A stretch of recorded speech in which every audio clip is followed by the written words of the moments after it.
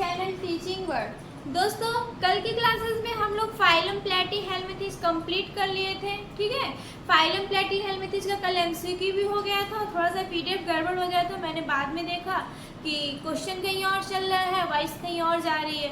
ठीक है दोस्त, आप उसको थोड़ा सा देख लीजिएगा। आज हम लोग फाइलम एस्केलहेल्मिंथेस, नया फाइलम आज हम लोग स्टार्ट करने वाले हैं, फाइलम एस्केलहेल्मिंथेस। ठीक है, कल हम लोग फाइलम प्लेटीहेल्मिंथेस देख लिए, उसका एमसीक्यू भी कंप्लीट हो गया। आज हम लोग देखेंगे फाइलम एस्केलहेल्मिंथेस, जो कि बहुत ही छोटा सा टॉपिक है।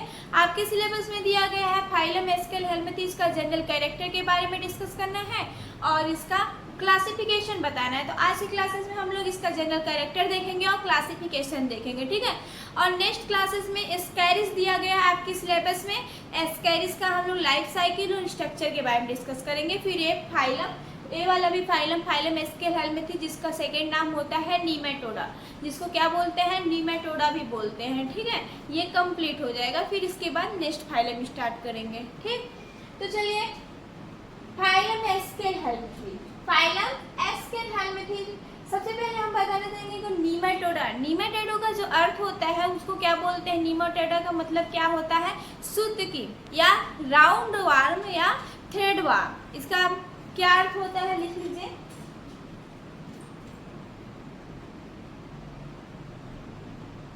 नीमेटोडा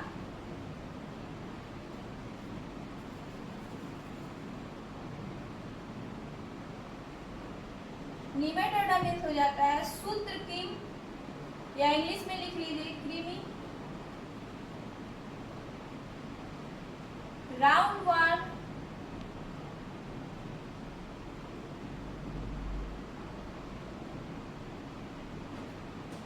राउंड वार्म, या इसको थ्रेड वार्म्स भी बोलते हैं। ठीक है, और करके लिखिए,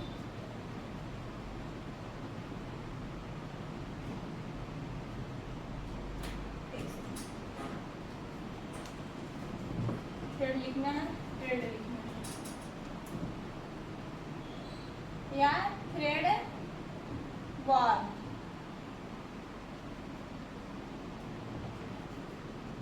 क्या हो गया, ऐसे क्यों लिख रहे हैं, राउंड वार्म या थ्रेड वार्म। ठीक है, नीमेटोडा को क्या बोलते हैं, राउंड वार्म या थ्रेड वार्म, राउंड वार्म या थ्रेड वार्म। ठीक है, नीमेटोडा का कॉमन नेम क्या है, सूत्रकृमि बोलते हैं। ठीक है, राउंड वार्म या थ्रेड वार्म। थ्रेड वार्म कहने का मतलब क्या है कि ये जो एनिमल होता है, नीमेटोडा के जो स्पीसीज के जो एनिमल होते हैं वो कैसे होते हैं, थ्रेड लाइक होते हैं, धागे के समान होते हैं। और कैसे होते हैं, गोल होते हैं, धागे के समान गोल होते हैं। ठीक है, अब हम लोग इसका जनरल कैरेक्टर के बारे में देखेंगे, ये कहाँ पाया जाता है, इसकी साइज क्या होती है। ठीक है, तो दोस्तों नीमेटोडा का जो एनिमल है वो मीठे जल में, खारे जल में, नमी में तथा कुछ परजीवी होस्ट के रूप में, मतलब होस्ट के शरीर में भी पाया, जैसे कुछ मनुष्य में पाया, जैसे एस्केरिस हो गया, मनुष्य की आंत में पाया जाता है। ठीक है, तो ये एक तरीके से बोल दीजिए ऑलराउंडर, हर जगह पाया जाता है। कुछ स्पीसीज जो होती है इसकी छोटी भी होती है और कुछ स्पीसीज लगभग 1 मीटर के भी बराबर होती है। ठीक है, इसकी साइज छोटी से बड़ी भी होती है।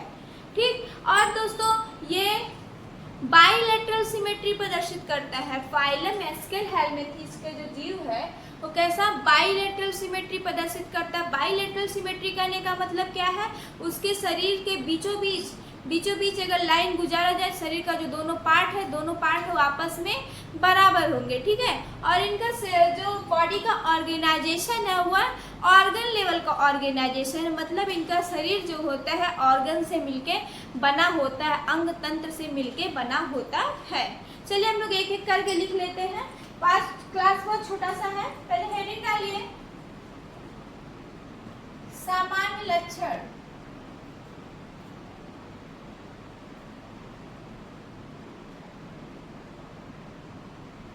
सामान्य लक्षण,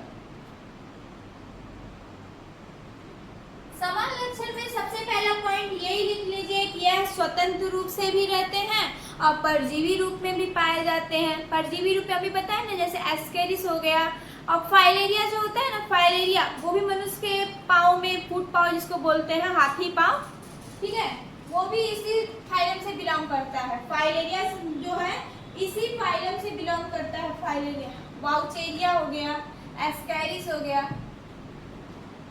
ये स्वतंत्र, साथ में लिखते चलिए, तथा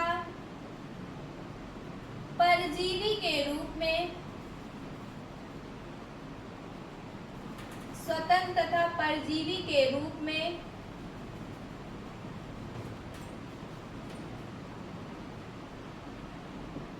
मिट्टी,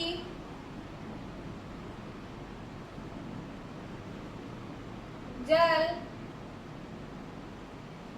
नमी वाले स्थानों, मिट्टी, जल, नमी वाले स्थानों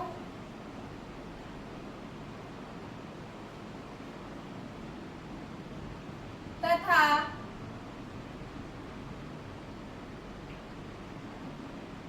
मनुष्यों में परजीवी के रूप में, परजीवी के रूप में पाए जाते हैं, पाए जाते हैं।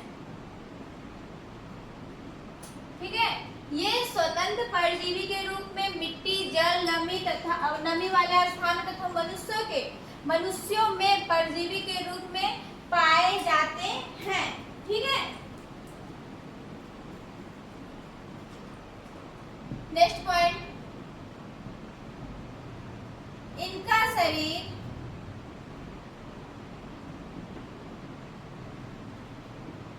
त्रिस्तरीय होता है, मतलब ट्रिप्लोब्लास्टिक। ठीक है, ट्रिप्लोब्लास्टिक, त्रिस्तरीय होता है। त्रिस्तरीय करने का मतलब क्या है कि इनका शरीर जो होता है 3 लेयर से मिलके बना होता है। बाहरी लेयर को एक्टोडर्म, आंतरिक लेयर को एंडोडर्म, अब बीच वाली मध्य लेयर को, मिडिल लेयर को क्या बोलेंगे, मेसोडर्म। ठीक है, ये जो होते हैं ट्रिप्लोब्लास्टिक होते हैं, अर्थात इनकी शरीर 3 लेयर से मिलके बनी होती है। इनका शरीर त्रिस्तरीय होता है।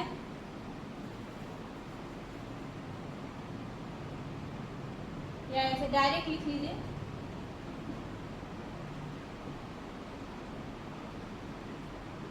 एक्टोडर्म,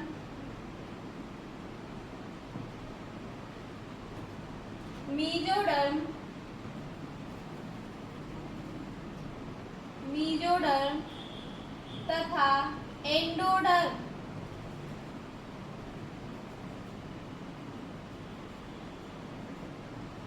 ठीक है, नेक्स्ट पॉइंट लिखिए, इस संघ के जीव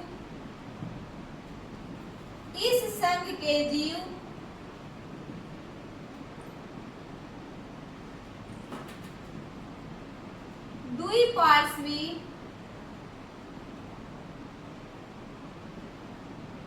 सममित प्रदर्शित करते हैं।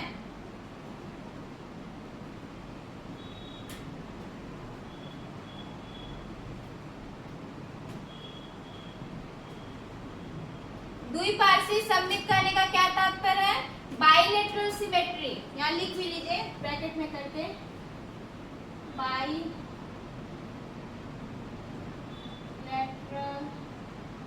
सिमेट्री।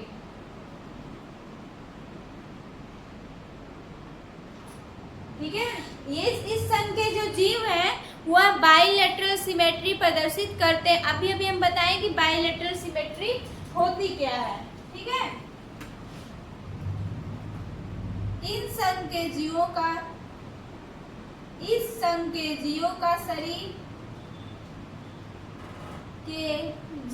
का शरीर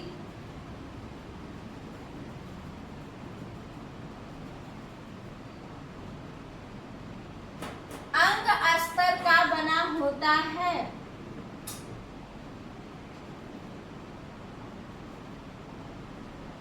अंग अस्तर का बना होता है।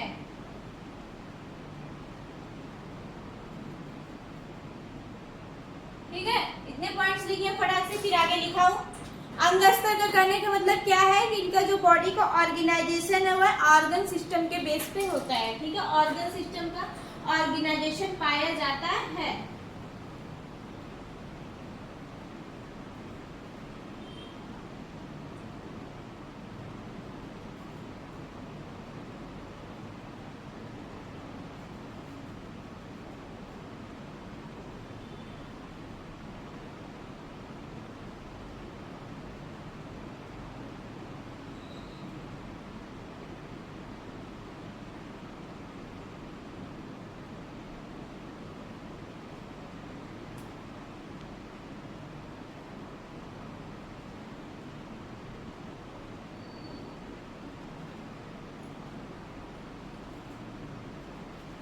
हो गया,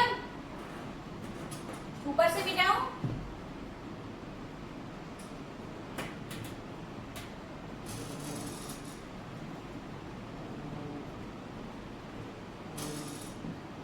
नेक्स्ट पॉइंट लिखिए,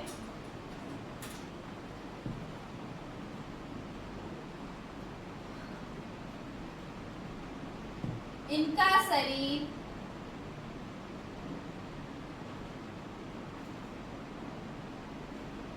लंबा,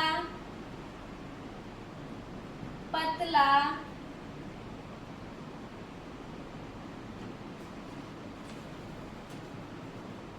तथा अंत में पतला, मतलब जो लास्ट का बॉडी पार्ट है वो नुकीला होता, पतला होता है, अंत में पतला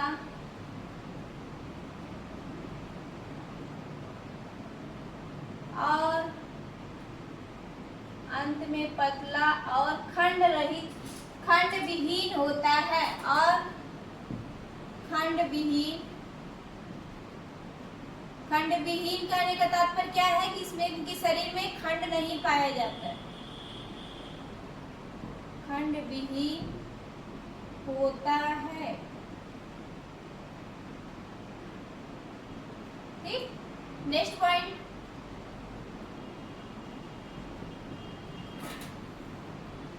नेक्स्ट पॉइंट लिखे,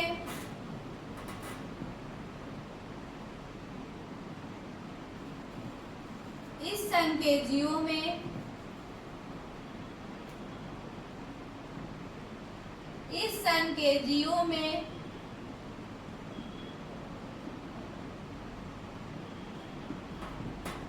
नर तथा मादा, इस संघ के जीवों में नर तथा मादा अलग अलग होते हैं, अलग अलग होते हैं, मतलब क्या होते हैं, एक लिंगी होते हैं, ठीक है। तथा नर का आकार, तथा नर का आकार मादा से छोटा होता है,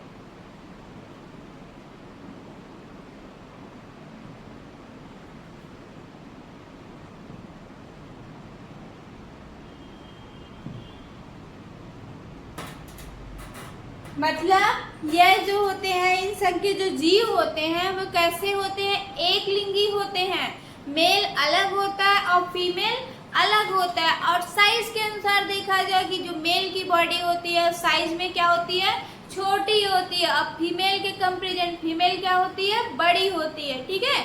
अगर मेल एस्केरिस और फीमेल एस्केरिस में डिफरेंशिएट करना होगा तो आप यही अगला देखिएगा कि मेल एस्केरिस जो होगा साइज में फीमेल से छोटा होगा, ठीक है। नेक्स्ट पॉइंट लिखिए,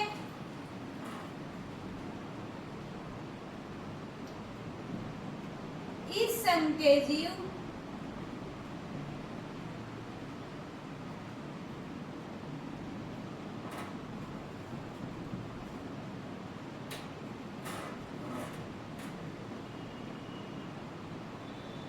जीवों में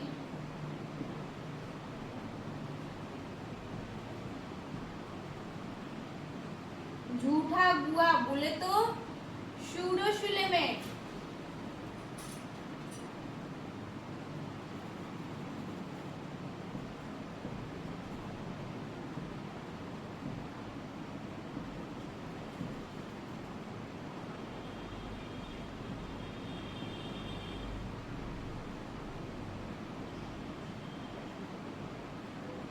क्या बोल रहा है कि इस संघ के जो जीव होते हैं उनमें सूडोसिलेमेट पाया जाता है, मतलब झूठी गुहा पाई जाती है। ठीक है, गुहा तो पाई जाएगी, कैविटी तो पाई जाएगी, लेकिन वो क्या होगी, छद्म होगी। ठीक है, कैविटी का कैविटी का आकृति की तरह उसका वर्क नहीं होगा, फंक्शन वो वैसे नहीं करेगी, मतलब उसको क्या बोलेंगे, सूडोसिलेमेट। सूडोसिलोमेट मतलब छद्म गुहा या झूठा गुहा पाई जाती है।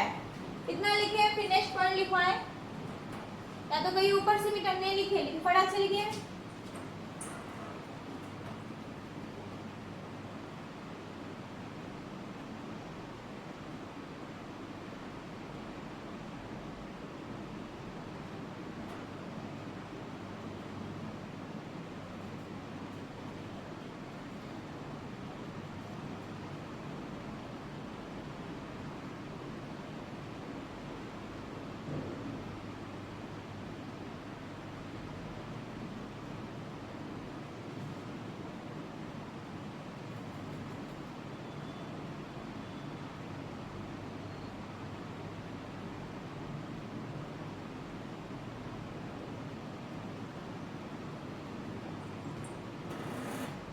हो गया,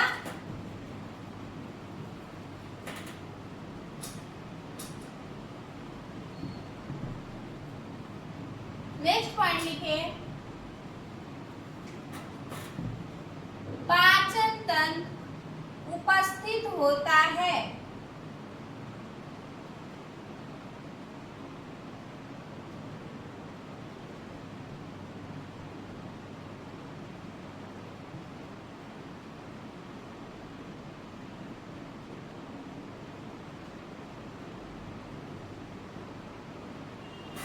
किंतु इसी में लिख लीजिए, किंतु श्वसन तंत्र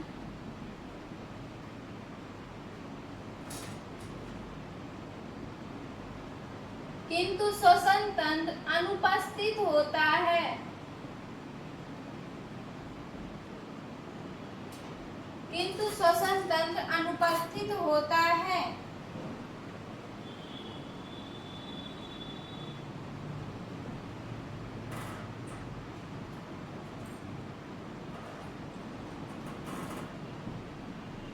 गैसीय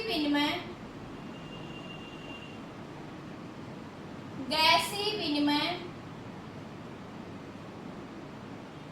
मतलब गैसियस एक्सचेंज बॉडी सरफेस से होता है, गैसियस एक्सचेंज शरीर की सतह से होता है, शरीर की सतह से होता है।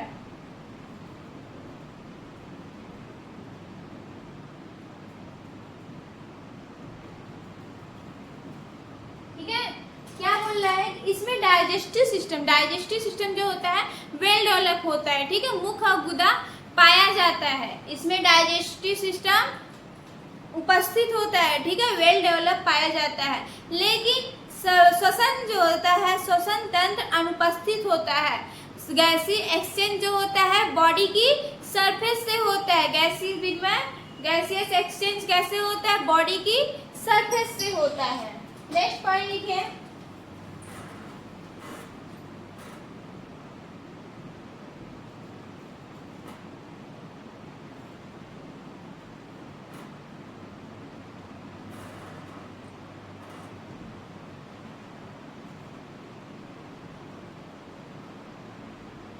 उत्सर्जन नलिकाओं द्वारा होता है।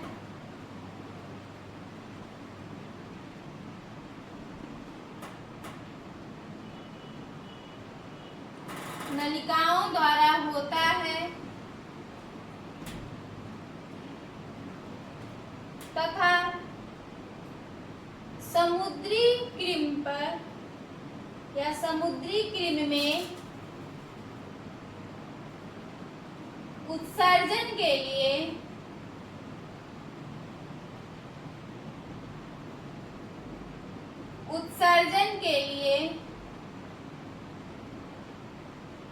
रेनेट कोशिका, ये इंपॉर्टेंट है, रेनेट कोशिका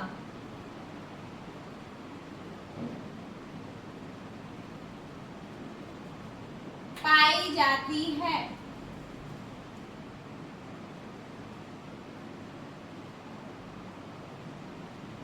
ये आ चुका है क्वेश्चन।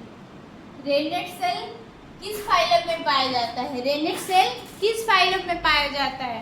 तो जो रेनेट कोशिका होती है वो फाइलम एस्केलेहेल्मिंथेस में पाया जाता है, या तो अगर स्कैरिस दे दिया था तो उसमें पाते, एस्केरिस बोले तो अगर समुद्री किंग का कोई नाम दे देता है तो उसमें पाया जाता है, ठीक है। वैसे क्वेश्चन यही आता है कि रेनेट सेल कौन से फाइलम में पाया जाता है, या ऐसे पूछेगा कि एस्केलेहेल्मिंथेस में उत्सर्जन किन कोशिकाओं के द्वारा होता है, ठीक है। तो आप लोग को अगर रेनेट ऑप्शन में दिख गया तो क्या मारेंगे? रेनेट कोशिकाओं के द्वारा होता है, रेनेट कोशिकाओं के द्वारा होता है। और इनका जो फंक्शन पूछ लेता है रेनेट कोशिकाओं का क्या काम है, तो ये अमोनिया को यूरिया, ये अमोनिया और यूरिया का उत्सर्जन करती हैं। यही पे लिख भी लीजिए, ये कोशिकाएं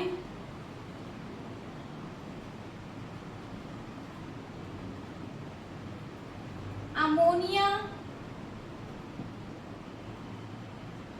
और यूरिया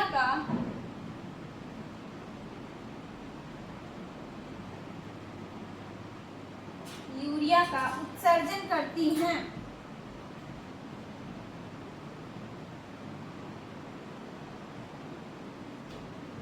उत्सर्जन करती हैं। एंड लास्ट पॉइंट, इस संघ के जीवों में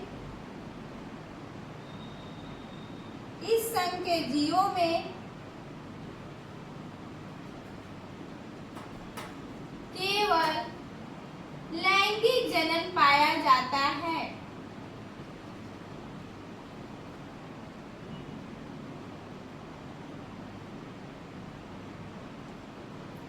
इस संघ के जीवों में केवल लैंगिक जनन पाया जाता है।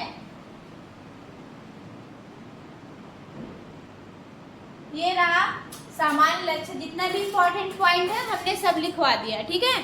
इसको लिखिए, तब तक हम एक बार बोल के रिवीजन आप लोग का करवा देते हैं।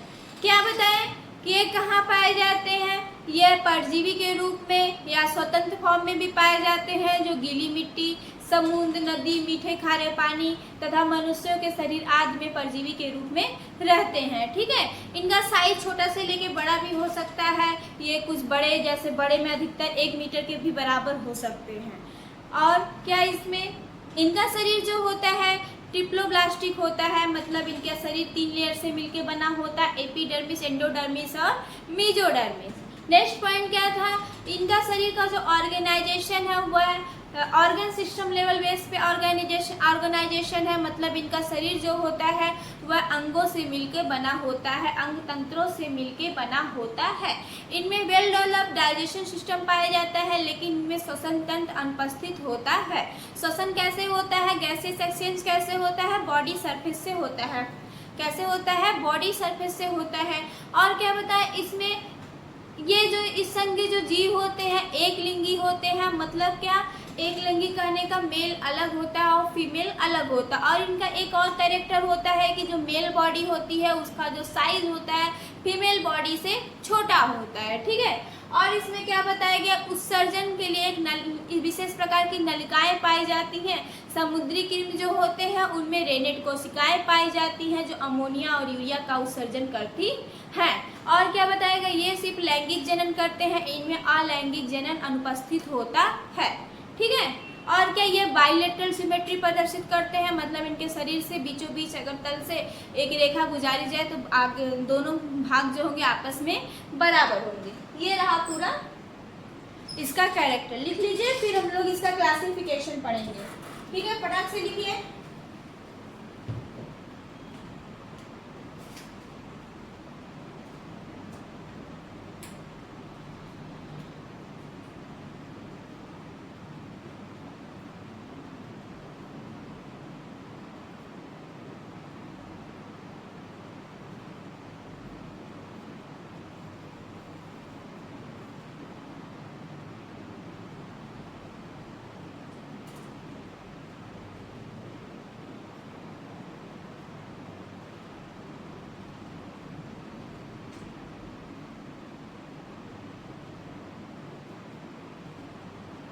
हो गया, मिटाओ।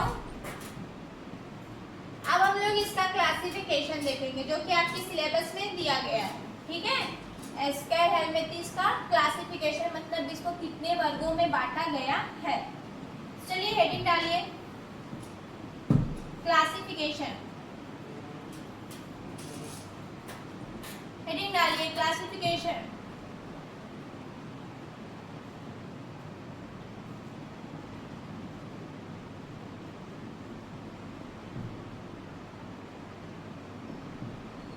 क्लासिफिकेशन दोस्तों, एस्केर हेलमिंथेस को उत्सर्जन और उत्सर्जी और संवेदांग अंग पाए जाते हैं। संवेदांगों के आधार पर दो भागों में बांटा गया है, दो वर्ग में डिवाइड किया जाता है।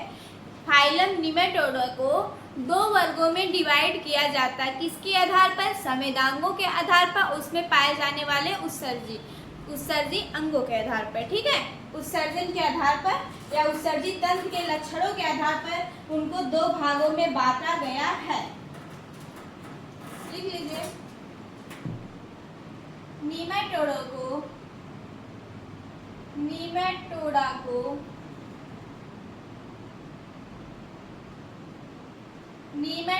को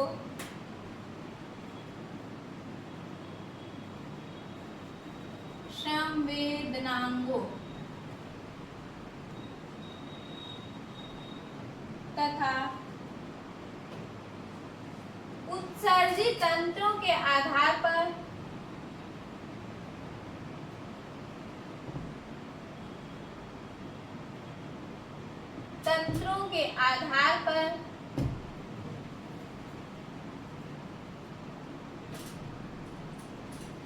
निमेटोडा को संवेदनांगों और उत्सर्जी तंत्रों के आधार पर दो वर्गों में बांटा गया है।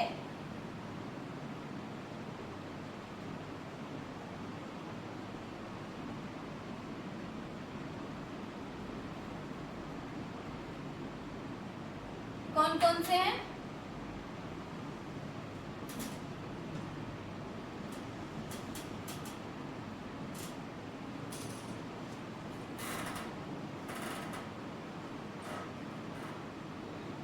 हैश मीडिया,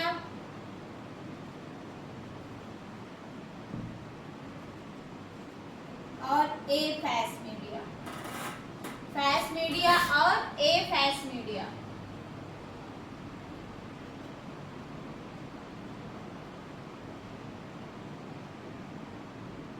फैस मीडिया और ए फैस मीडिया, ठीक है।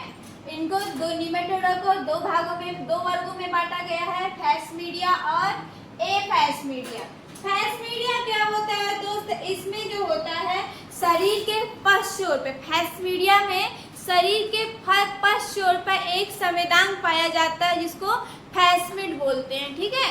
ये शरीर के पश्च छोर पर मतलब एनिमल जो होता है, जैसे एस्केरिस है, एस्केरिस के शरीर के जो पीछे वाला भाग है, शरीर के पीछे वाला जो भाग है उस पे एक संवेदांग पाया जाएगा जिसको क्या बोलेंगे? फैसमिड पाया जाता है, ठीक है। फैसमिड पाया जाता है जो संवेदांगी या सेंसिटिव आंगन का काम करता है। और ए फैसमिडिया में क्या होता है? इसमें फैसमिड नहीं पाया जाता है। पहला पॉइंट ये लिख लेते हैं।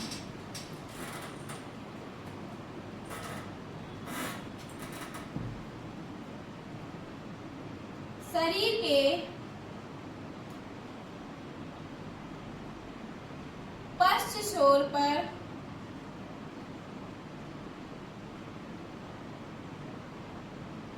एक जोड़ी फैसमिड पाया जाएगा।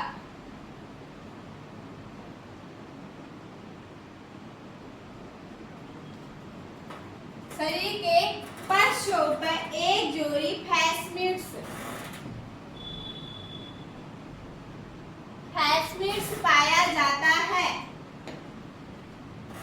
और अग्र छोड़कर शरीर के अग्र छोर पर, शरीर के अग्र छोर पर एम्फिड्स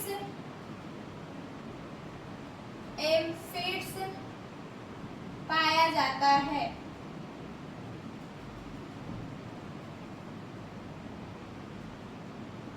ठीक है, पश्च छोर पर क्या पाया जाएगा? फेसमिड पाया जाएगा और अग्र छोर पर एम्फिड्स पाया जाएगा। ठीक है, ये क्या है? संवेदांग है, यह संवेदांग है।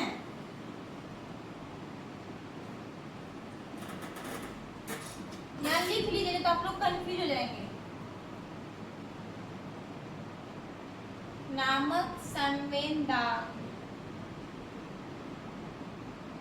मतलब एक प्रकार का सेंसिटिव ऑर्गन है। ठीक है, फेसमिड्स और एम्फिड्स एक प्रकार का सेंसिटिव ऑर्गन है।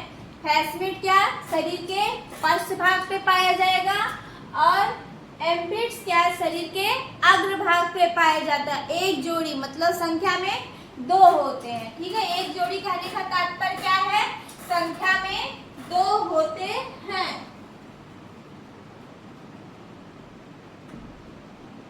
और इसका एक कैरेक्टर होता है, इसमें उत्सर्जन तंत्र के लिए नलिकाएं पाए जाएंगे। उत्सर्जन तंत्र के लिए, उत्सर्जन तंत्र के लिए एक जोड़ी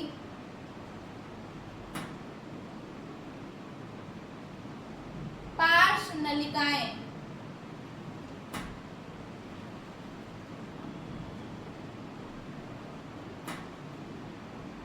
उत्सर्जन के लिए, स्किशन के लिए इसमें एक जोड़ी पार्श्व नलिका पाई जाएगी मतलब संख्या में 2 होती। इसका यही स्पेशल कैरेक्टर है, इसमें एक जोड़ी पार्श्व नलिकाएं पाई जाती हैं।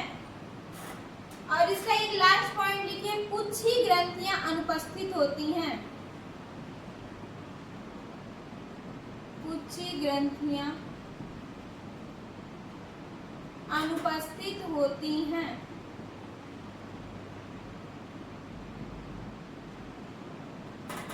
मतलब इसमें पुच्छी ग्रंथियां नहीं पाई जाती हैं। फेसमिडिया का ध्यान से देखिए, यहाँ पे लिख लीजिए 1, यहाँ पे लिखिए 2। ठीक है, फेसमिडिया में स्पेशल कैरेक्टर क्या है? इसके शरीर के जो पश्च भाग है, शरीर का पीछे वाला पार्ट जो है वहां पे एक जोड़ी मतलब संख्या में 2 फेसमिड पाया जाएगा और शरीर का जो आगे वाला भाग है, अग्र भाग है, उसमें क्या पाया जाता है? एक जोड़ी एम्फिड्स पाया जाता है। और उत्सर्जन के लिए एक जोड़ी पार्श्व नलिकाएं पाई जाती, मतलब इनमें जो उत्सर्जन होता है वह पीछे की नलिकाओं के थ्रू होता है। ठीक है, और इसमें पुच्छी ग्रंथियां अनुपस्थित होती हैं। पुच्छी ग्रंथियां अनुपस्थित होती हैं। चलिए अब इसका ही उल्टा लिखे, इसमें फेसमिड अनुपस्थित, डायरेक्ट लिख लीजिए, फेसमिड्स अनुपस्थित मतलब इसमें फेसमिड्स नहीं पाया जाता है। ठीक है, नेक्स्ट पॉइंट क्या है? एम्फिड्स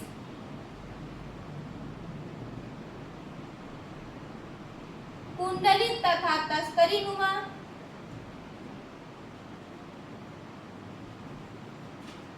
कुंडलित तथा तस्तरीनुमा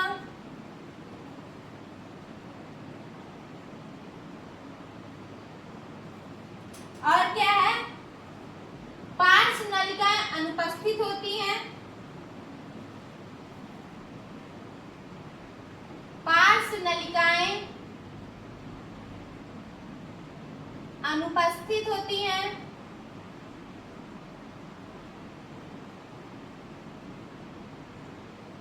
और नेक्स्ट पॉइंट इसका है, पुच्छी ग्रंथियां जो होती हैं वह उपस्थित होती हैं। पुच्छी ग्रंथियां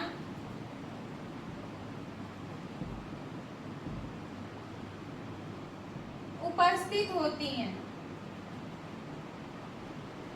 ठीक है, ऐसे डिफरेंशिएट करके लिखवा दिए ताकि आप लोग को रटना ना पड़े। ठीक है, ऐसे डिफरेंशिएट करके पढ़ेंगे तो ज्यादा तेज लर्न होगा। देखिए, फेसमिडिया में क्या है? शरीर के पश्चों पर एक जोड़ी फेसमिड नामक संवेदांग पाए गए हैं। ठीक है, संवेदी अंग पाए गए हैं, लेकिन इसमें फैसमिड संवेदी अंग नहीं पाया गया। ए फैसमिडिया नाम से ही पता चल रहा है कि इसमें फैसमिड नहीं पाया गया है। फैसमिडिया का एक और स्पेशल कैरेक्टर क्या है कि इसके आगे वाले छोर पे, इसके बॉडी पार्ट के आगे वाले छोर का एम्फिड्स पाया जाता है, लेकिन इसमें जो है इसमें भी आगे वाले छोर पे एम्फिड्स पाया जाता है, लेकिन ये एम्फिड्स कैसा होता है, कुंडलित होता है और कैसा होता है, चिपटा होता है, तस्तरी के समान होता है। और इसमें क्या था, उत्सर्जन के लिए एक जोड़ी पार्श्व नलिका पाई गई थी। ठीक है, फैसमिडिया में उत्सर्जन के लिए एक जोड़ी पार्श्व नलिकाएं पाई गई, लेकिन इसमें कोई उत्सर्जन के लिए पार्श्व नलिकाएं नहीं पाई जाती हैं। ठीक है, और इसमें पुच्छी ग्रंथियां अनुपस्थित होती हैं। फैसमिडिया में पुच्छी ग्रंथियां अनुपस्थित होती हैं, लेकिन फैसमिड में पुच्छी ग्रंथियां पाई जाती हैं। फैसमिडिया में पुच्छी ग्रंथियां अनुपस्थित होती हैं, लेकिन फैसमिड में पुच्छी ग्रंथियां क्या होती हैं, पाई जाती हैं। एग्जाम्पल लिख लीजिए, एस्केरिस,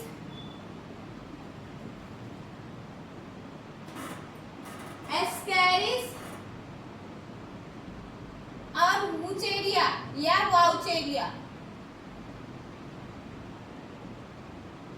इसके एग्जाम्पल क्या है, एस्केरिस हो गया और वुचेरिया हो गया। इसमें क्या है, कैपिलेरिया,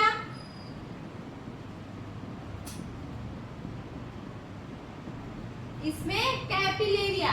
ठीक है, आपके सिलेबस में बस एस्केरिस दिया गया है, जो कि कल का टॉपिक होने वाला है। ठीक है, आपके सिलेबस में यूपीएलटी ग्रेड में सिर्फ एस्केरिस के बारे में, एस्केरिस का लाइफ साइकिल और इसका स्ट्रक्चर के बारे में पूछा है। ठीक है, तो कल हम लोग एस्केरिस पढ़ेंगे। आज की क्लासेस यही था। आज हम लोग फाइलम एस्केलहेल्मिथेस, जिसको नीमोटोडा बोलते हैं, जिसको नीमेटोडा बोलते हैं, इसका कॉमन नेम क्या है, राउंड वार्म या थ्रेड वार्म है। ठीक है, और इसका हम लोग जनरल कैरेक्टर पढ़ लिए और क्लासिफिकेशन पढ़ लिए। इसको दो भागों में बांटा गया, फैसमिडिया और एफैसमिडिया। फैसमिडिया का कैरेक्टर में लिखवा दिया और डिफरेंशिएट करके भी लिखवा दिया। और फैसमिडिया का एग्जाम्पल जो होता है एस्केरिस होता है, वाउचेरिया होता है, और एफैसमिडिया में कैपिलेरिया होता है। ठीक है, और हम लोग को जो पढ़ना है एस्केरिस पढ़ना है, जो कि किससे बिलोंग करेगा, क्लास फैसमिडिया होने वाला है। कल हम लोग इसका सिस्टमैटिक पोजीशन देखेंगे, तो उसमें क्लास हम लोग क्या लिखेंगे, फैसमिडिया लिखेंगे। ठीक है, आज की क्लासेस यहीं तक। जो लोग चैनल पे नए हैं दोस्त, वो चैनल को सब्सक्राइब कर लीजिए और वीडियो पसंद आए तो लाइक शेयर भी करिए। Thank you so much. कल नेक्स्ट क्लास हम लोग देखेंगे। ठीक है, कल हम लोग की क्लास